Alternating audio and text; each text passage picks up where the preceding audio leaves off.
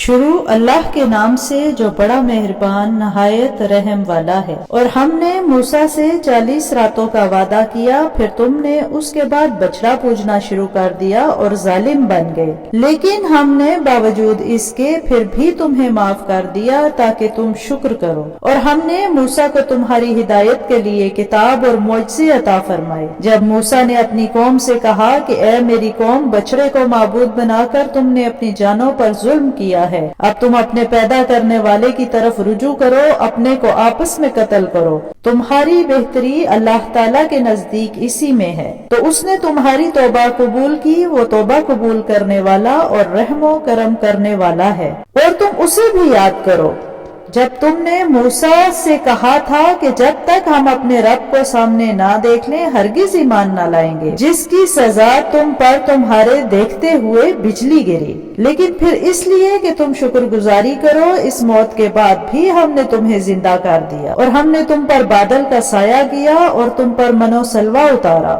اور کہہ دیا کہ ہماری دی ہوئی پاکیزہ چیزیں کھاؤ، اور انہوں نے ہم پر ظلم نہیں کیا، البتہ وہ خود پر اپنی جانوں پر ظلم کرتے تھے۔ اور ہم نے تم سے کہا کہ اس بستی میں جاؤ اور جو کچھ جہاں کہیں سے چاہو بافراغت کھاؤ پیو، اور دروازے میں سجدے کرتے ہوئے گزرو، اور زبان سے حتیٰ کہو ہم تمہاری خطائیں معاف فرما دیں گے اور نیکی کرنے والوں کو اور زیادہ دیں گے۔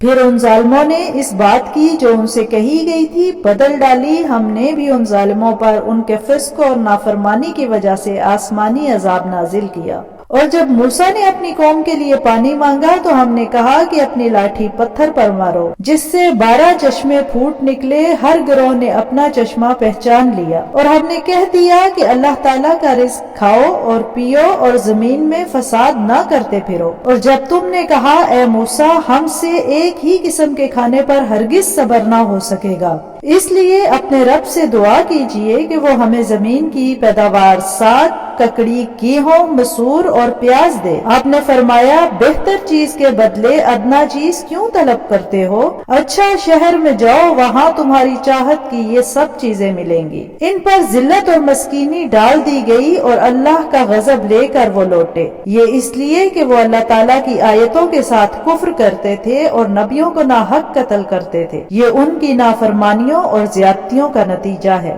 مسلمان ہوں، یہودی ہوں، نصارہ ہوں یا سابی ہوں، جو کوئی بھی اللہ تعالیٰ پر اور قیامت کے دن پر ایمان لائے اور نیک عمل کرے، ان کے اجر ان کے رب کے پاس ہیں، اور ان پر نہ تو کوئی خوف ہے اور نہ اداسی۔ اور جب ہم نے تم سے وعدہ لیا اور تم پر طور پہاڑ لا کھڑا کر دیا اور کہا جو ہم نے تمہیں دیا ہے اسے مضبوطی سے تھام لو، اور جو کچھ اس میں ہے اسے یاد کرو تاکہ تم بچ سکو، لیکن تم اس کے بعد بھی پھر گئے۔ پھر اگر اللہ تعالیٰ کا فضل اور اس کی رحمت تم پر نہ ہوتی تو تم نقصان والے ہو جاتے۔ اور یقیناً تمہیں ان لوگوں کا علم بھی ہے جو تم میں سے ہفتہ کے بارے میں حد سے بڑھ گئے، اور ہم نے بھی کہہ دیا کہ تم ذلیل بندر بن جاؤ۔ اسے ہم نے اگلوں پچھلوں کے لیے عبرت کا سبب بنا دیا اور پرہیزگاروں کے لیے واعظ و نصیحت کا۔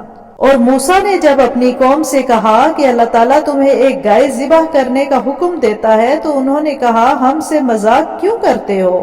آپ نے جواب دیا کہ میں ایسا جاہل ہونے سے اللہ تعالیٰ کی پناہ پکڑتا ہوں۔ انہوں نے کہا اے موسیٰ دعا کیجئے کہ اللہ تعالیٰ ہمارے لیے اس کی ماہیت بیان کرے۔ آپ نے فرمایا وہ کہتا ہے گائے نہ تو بالکل بڑھیا ہو نہ بچہ، بلکہ درمیانی عمر کی نوجوان ہو۔ اب جو تمہیں حکم دیا گیا ہے بجا لاؤ۔ وہ پھر کہنے لگے کہ دعا کیجئے کہ اللہ تعالیٰ بیان کرے کہ اس کا رنگ کیا ہے۔ فرمایا وہ کہتا ہے کہ وہ گائے زرد رنگ کی ہے، چمکیلا اور دیکھنے والوں کو بھلا لگنے والا اس کا رنگ ہے۔ وہ کہنے لگے کہ اپنے رب سے اور دعا کیجئے کہ ہمیں اس کی مزید ماہیت بتلائے۔ اس قسم کی گائے تو بہت ہیں، پتہ نہیں چلتا، اگر اللہ نے چاہا تو ہم ہدایت والے ہو جائیں گے۔ آپ نے فرمایا کہ اللہ کا فرمان ہے کہ وہ گائے کام کرنے والی، زمین میں ہل جوتنے والی اور کھیتوں کو پانی پلانے والی نہیں، وہ تندرست اور بے داغ ہے۔ انہوں نے کہا اب آپ نے حق واضح کر دیا، گو وہ حکم برداری کے قریب نہ تھے لیکن اسے مانا اور وہ گائے ذبح کر دی۔ جب تم نے ایک شخص کو قتل کر ڈالا پھر اس میں اختلاف کرنے لگے اور تمہاری پوشیدگی کو اللہ تعالیٰ ظاہر کرنے والا تھا، ہم نے کہا کہ اس گائے کا ایک ٹکڑا مقتول کے جسم پر لگا دو۔ اسی طرح اللہ مردوں کو زندہ کر کے تمہیں تمہاری عقل مندی کے لیے اپنی نشانیاں دکھاتا ہے۔ پھر اس کے بعد تمہارے دل پتھر جیسے بلکہ اس سے بھی زیادہ سخت ہو گئے۔ بعض پتھروں سے تو نہریں بہہ نکلتی ہیں اور بعض پتھر پھٹ جاتے ہیں اور ان سے پانی نکل آتا ہے، اور بعض اللہ تعالیٰ کے ڈر سے گر پڑتے ہیں، اور تم اللہ تعالیٰ کو اپنے اعمال سے غافل نہ جانو۔